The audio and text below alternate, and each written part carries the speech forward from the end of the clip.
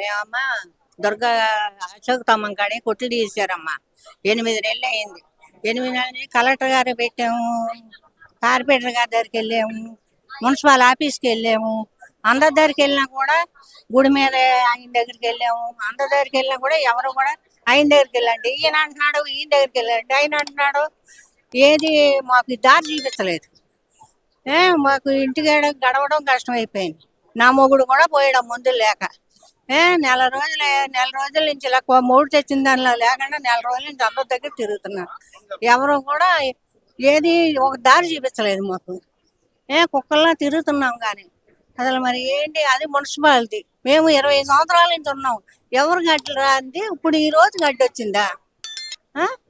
అది అశోకతమ్మం సైనా వాళ్ళది కదా, అది మున్సిపాలిటీది. మున్సిపాలిటీ పన్నులు కట్టాం మేము. ఇప్పుడు 3 తరాలు అయ్యింది. 3 తరాల నుంచి వాళ్ళు అడ్డు లేనిది ఇప్పుడు అడ్డన్ని ఎలాగన్నారు అసలు?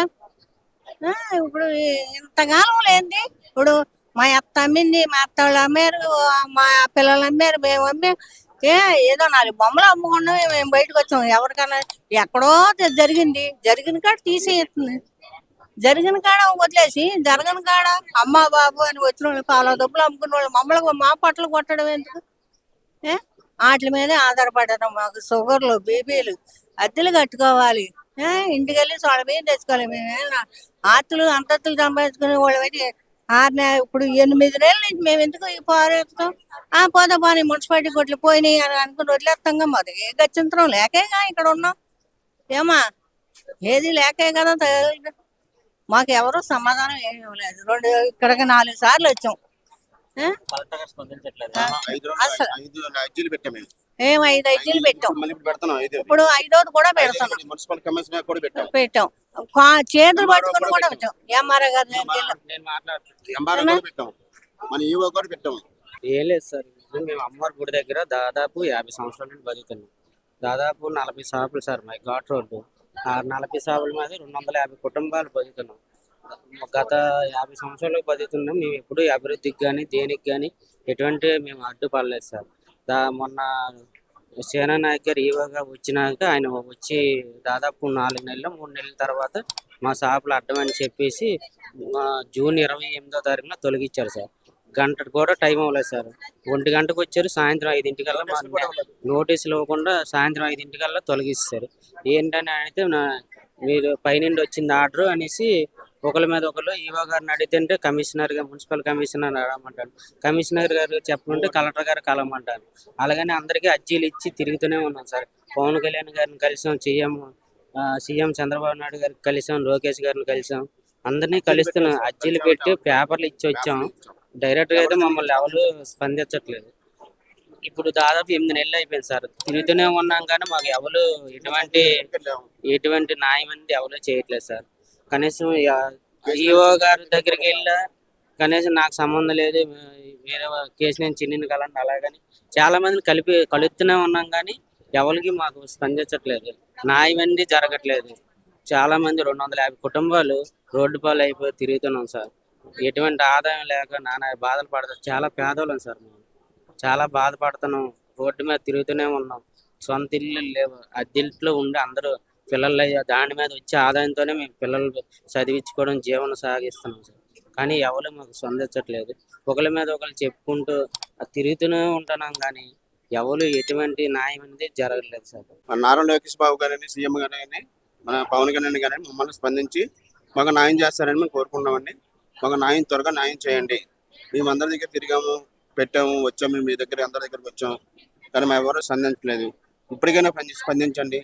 దాదాపు 8 నెలలు అయిపోయింది సార్. ఇప్పుడు అందరూ పేదవాళ్ళు మేము ఉన్నాము. 40 మంది కుటుంబం, దాదాపు 250 మంది కుటుంబం బతుకుతున్నాం దాని మీద. కానీ మాకు న్యాయం చేయండి సార్ అని చెప్పి మేము అడుగుతున్నాం, కోరుకుంటున్నాం సార్. చైనా వాళ్ళు అమ్మవారి గుడి సార్. నా పేరు స్వప్న అండి, తాడేపల్లి. నేను విజయవాడలో ఫైర్ ఆఫీస్ లో 10 సంవత్సరాలు చేస్తున్నాను సార్. నేను పిల్ల బాగా ఒక 10 రోజులు 10 డేస్ సెలవు పెడితే తీసేసారు సార్ వర్క్ నుంచి. వాటి పని మీద తిరుగుతున్నాను నేను. కావాలని నేను పిల్లలు కూడా నెట్టేస్తారు. వస్తుంటే అధికారులు లోపలికి రానివ్వలే. నన్ను చిరంజీవి అతను పిల్లలు లాగేసిన పైకి కూడా రానివ్వట్ల, తోసేసాడు. తీసుకెళ్ళానయ్యా, తీసుకెళ్తే మాట్లాడతామన్నారు.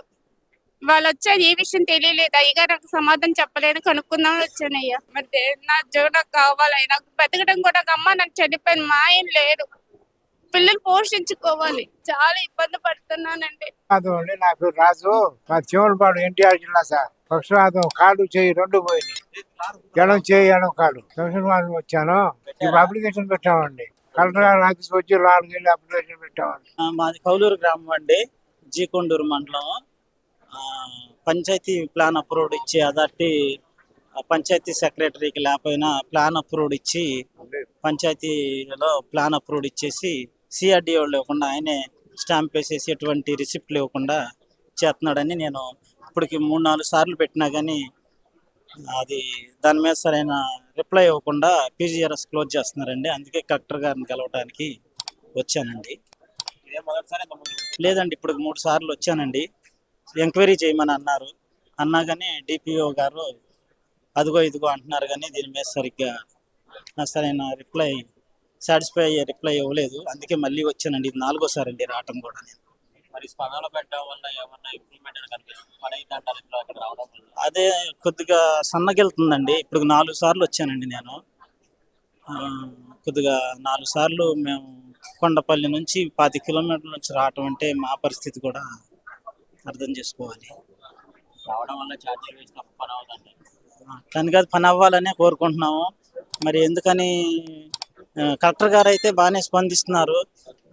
డిపిఓ గారిని కూడా పిలిచి మీకు అథారిటీ ఉందా అని అడిగారు మొన్న. అది సిఆర్డిఏ కింద ఉన్నప్పుడు అంటే లేదండి అన్నారు. కానీ రాయటం 2015 ప్రకారం మాకుంది అని అంటున్నారు. 2015 ప్రకారం 2022 అలా ప్లాన్లు ఎలా ఇస్తారు అనేది మా క్వశ్చన్ అయితే దానికి సమాధానం చెప్పలేకపోతున్నారండి. అది కొంచెం చెప్తారేమోనని వచ్చామండి. ఇలా స్థలం పెట్టుకుంటాకి వచ్చామండి. పెట్టాం. ఇదే ఫస్ట్ టైం ఇంత ముందు పెట్టారా? ఇప్పుడే ఫస్ట్ టైం వచ్చింది అనుకుంటున్నారా? ఖచ్చితంగా వచ్చింది. He has complained to our Panchayat Secretary. He is unnecessarily giving that he has approved. He is asking approved plan. He is not having powers to approve the plan. Only CRDA is having. So every time he is coming and going. This is what we are going to complain to the district collector.